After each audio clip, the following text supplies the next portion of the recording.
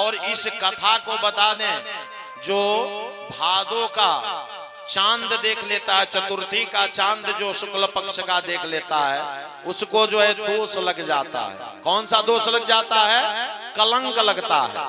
वह अच्छा कार्य भी करता है तो उसको कलंक लगता रहता है। और ध्यान दीजिए, अगर ऐसा किसी को हुआ हो कि भाद्रपद के शुक्ल पक्ष का चौथ का चांद जिसने देख लिया हो और उसको कलंक हर बार हर अच्छे कार्य में भी कलंक लगता हो, तो वह या दूसरी विवाह का कथा श्रवण कर लेता है तो जीवन में उसे कलंक नहीं लगता है कभी भी। यही कथा जो सूत जी महाराज बता रहे दूसरे विवाह का, कहे कि वहां सत्राजित नाम का एक राजा थे और सत्राजित के पास एक असमंतक मणि था। वह असमंतक मणि जानते हैं क्या कितना धन देता था? रोज जो है असमंतक मणि से 2 क्विंटल सोना जो है कि निकलता था। 2 क्विंटल सोना रोज असमंतक मणि देता था। एक दिन भगवान द्वारिकाधीश के यहाँ जो है मीटिंग चल रहा था और लोग बैठे हुए थे। असमंतक मणि को पहन करके सत्राजित आ गए। अब सत्राजित आ रहे हैं, सबने कहा कि लगता है कि आज सभा में प्रभु सूर्य भगवान आ रहे हैं। भगवान गोविंद ने कहा कि आज सूर्य नहीं आ रहे हैं, या सत्राजित आ रहे हैं। लोगों ने कहा कि इतनी चमक इतनी तेज कहां से आ रही है? भगवान गोविंद ने कहा कि यह असमंतक मणि का तेज है जो कि सत्राजित के पास है और वह 2 क्विंटल सोना नित्य देता है। सत्राजित महाराज आए, सभा में बैठे।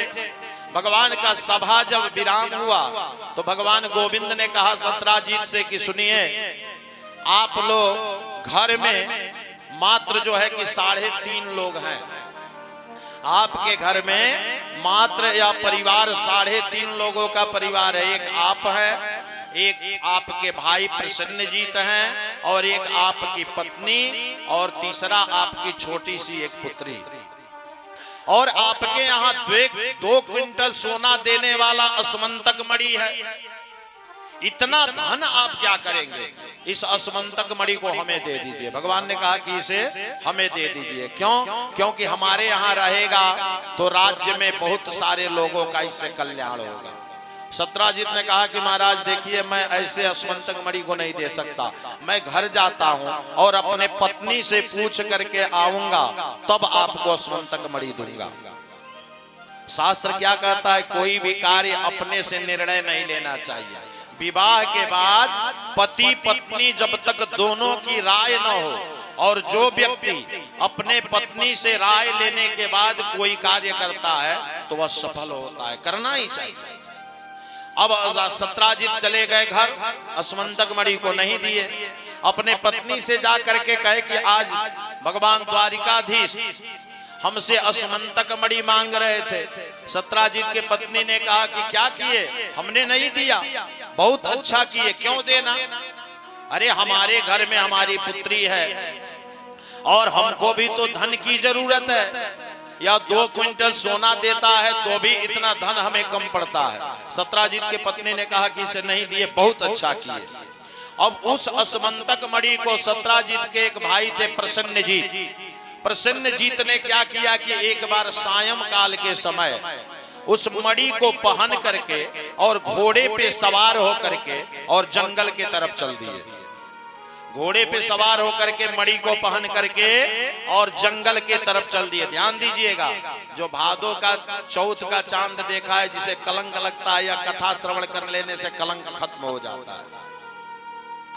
अब घोड़े पे सवार होकर प्रसन्नजीत चल दिए जंगल के तरफ। अब एक सिंह ने देखा। सिंह ने सोचा कि यह इतना चमकने वाला वस्तु है या जरूर कुछ खाने की वस्तु होगा, इसलिए सिंह ने प्रसन्नजीत को पकड़ा और उन्हें मार दिया। प्रसन्नजीत को मार करके और असमंतक मणि को ले लिया। अब सिंह जब अपने हाथ में ले लिया तो देखने लगा कि ये खाने की वस्तु तो है नहीं, ये तो हम खा सकते नहीं हैं, लेकिन मैं मार दिया हूं प्रसन्नजीत को, तो अब क्या करूं? अब उस असमंतक मणि को देखा खाने की वस्तु नहीं है तो सिंह ले करके एक माला में डाल करके अपने गले में डाल लिया और गले में डाल करके घूमने लगा। अब वहां आगे बढ़ा सिंह तो भालू जी कौन? जामवंत जी। जामवंत जी महाराज ने देखा, वृक्षराज ने देखा कि यह सिंह जो है इतना चमकता हुआ कौन सा वस्तु अपने गले में लेकर जा रहा है। जामवंत जी ने सोचा कि इससे लेकर के मैं अपने पुत्री को दे दूंगा तो खेलने का एक वस्तु हो जाएगा। अब जामवंत जी क्या किए, उस सिंह को मार करके और असमंतक मणि को लेकर के चले आए और आकर के अपने पुत्री जामवंती को दे दिए। अब जामवंती को दे दिए उस मणि को खेलने के लिए महाराज, और जामवंती खेल रही थी। अब यहाँ सत्राजित जब रात भर जो उनका भाई नहीं आए तो सत्राजित महाराज चले खोजने के लिए। तो सत्राजित गए तो जंगल में अपने भाई को मरे हुए पाए। जब मरे हुए पाए तो सत्राजित कहने लगे, उनकी पत्नी भी कहने लगी कि द्वारिकाधीश कल जो है असमंतक मणि मांग रहे थे और हमारे पति ने नहीं दिया, इसलिए भगवान कृष्ण ने मार करके हमारे देवर को और यह असमंतक मणि ले लिया। भगवान को लगे कहने, बलराम जी से जाकर के सत्राजित ने कहा कि हमारे भाई को मार करके और कन्हैया ने असमंतक मणि ले लिया है। बलराम जी आकर के कहे, अरे कन्हैया, अरे अभी तक तो तू माखन का चोरी करता था, हमें मालूम है, लेकिन तुम किसी का जान लेने लगे और किसी का असमंतक मणि धन की चोरी करने लगे। ये तो मुझे नहीं रहा जाता, यह तो मैं बर्दाश्त नहीं कर सकता हूँ। बलराम जी से कन्हैया ने कहा, भैया अरे हमने कोई चोरी नहीं किया है, हम तो असमंतक मणि ऐसे ही मांग रहे थे सत्राजित से, लेकिन सत्राजित ने दिया नहीं तो मैं तो भूल गया। सत्राजित ने कहा कि नहीं, हमारे भाई को मार करके इन्होंने असमंतक मणि ले लिया है। अब भगवान कृष्ण ने तुरंत गर्गाचार्य जी को बुलाया, कहा कि महाराज थोड़ा पंचांग देखिए कि आज इतना बड़ा कलंक हमें कैसे लग गया। गर्गाचार्य जी ने पंचांग देखा और पंचांग देख करके कहा कि भैया तुमने चौथ का चांद, भाद्रपद का शुक्ल पक्ष का चौथ का चांद तुमने देख लिया है, और जो चौथ का चांद देखता है उसको कलंक लगता है। भगवान ने कहा इतनी बड़ी कलंक मुझे लगी। अब बलराम जी ने कहा कि देखो अब तुम ही जा करके, तुम्हारे ऊपर कलंक लगा है तो उस असमंतक मणि को भी लेकर के तुम ही आओगे। अब भगवान चल दिए असमंतक मणि को खोजने के लिए। भगवान असमंतक मणि को खोजने चले तो पहले तो वह सिंह मिला जो मरा हुआ था, और सिंह के पास से आगे बढ़े तो वृक्षराज जामवंत जी के पैरों का निशान मिलने लगा। अब उस पैरों के निशान से भगवान जा रहे थे तो एक गुफा मिला जहां की पैर का निशान खत्म हो गया। अब उस गुफा में चले गए और गुफा में जा करके जामवंत जी से देख रहे हैं कि वहां जामवंती असमंतक मणि से खेल रही है। भगवान ने कहा कि महाराज यह मणि हमें दे दीजिए। जामवंत जी ने कहा क्या बात करते हो, इस मणि को मैं अपने पुत्री के लिए लेकर के आया हूँ, यह मणि मैं तुझे कभी नहीं दे सकता हूँ। अब भगवान से और जामवंत जी से युद्ध प्रारंभ हो गया। अब भगवान और जामवंत से युद्ध क्यों प्रारंभ हो गया जानते हैं? जब रामा अवतार में त्रेता में भगवान जब रावण को मार करके, कुंभकर्ण को मार के और उधर से सारे भक्तों को, संतों को, ऋषियों को दर्शन देते हुए जब अयोध्या आ गए, भगवान जब अयोध्या आए तो यहाँ भगवान राम के साथ सारे सैनिक भी आए, सब भालूगण भी आए और हनुमान जी महाराज भी आए और सारे भक्त भी आए। अब कुछ दिन अयोध्या रहने के बाद जब सारे भक्त जाने लगे तो राम जी ने कहा कि देखो भाई, आप सबने हमारा सहयोग किया है और मैं हूँ देवता, तो देवता किसी का कुछ लेता नहीं है, सब कुछ दे देता है अपना।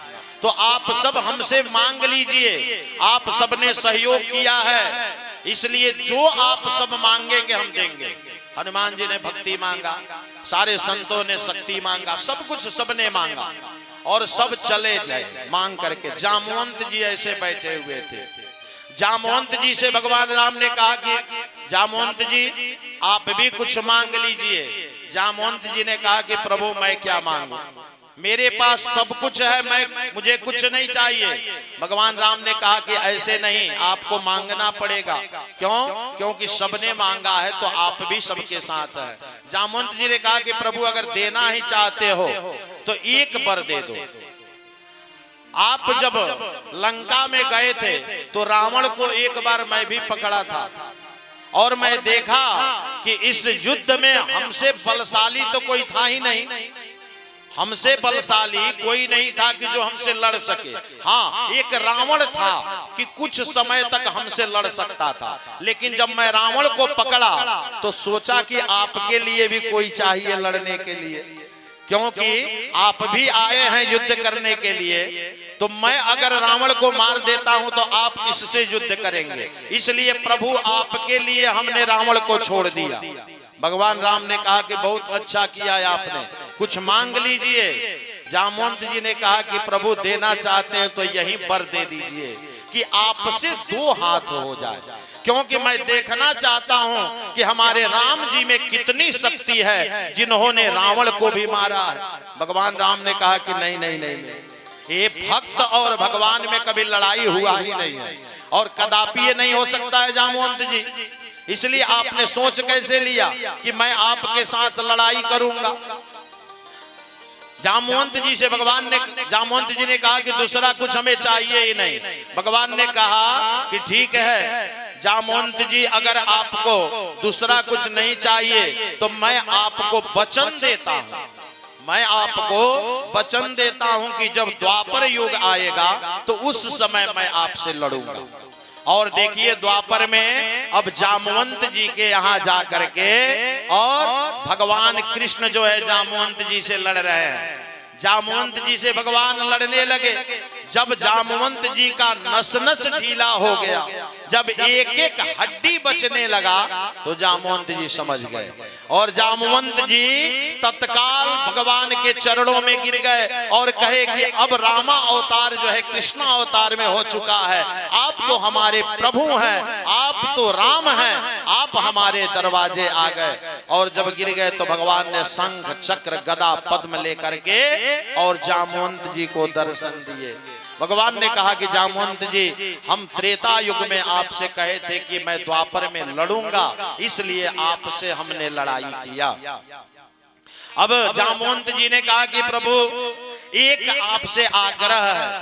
भगवान ने कहा कौन सी आग्रह है?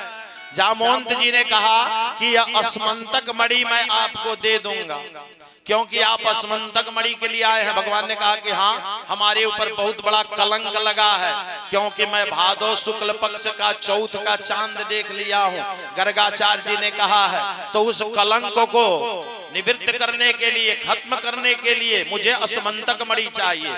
जामवंत जी ने कहा कि महाराज, हमारी पुत्री एक जामवंती है, उसके साथ आप विवाह कर लीजिए। अगर आप विवाह कर लेंगे तो हम समझेंगे कि हमें माफ कर दिए।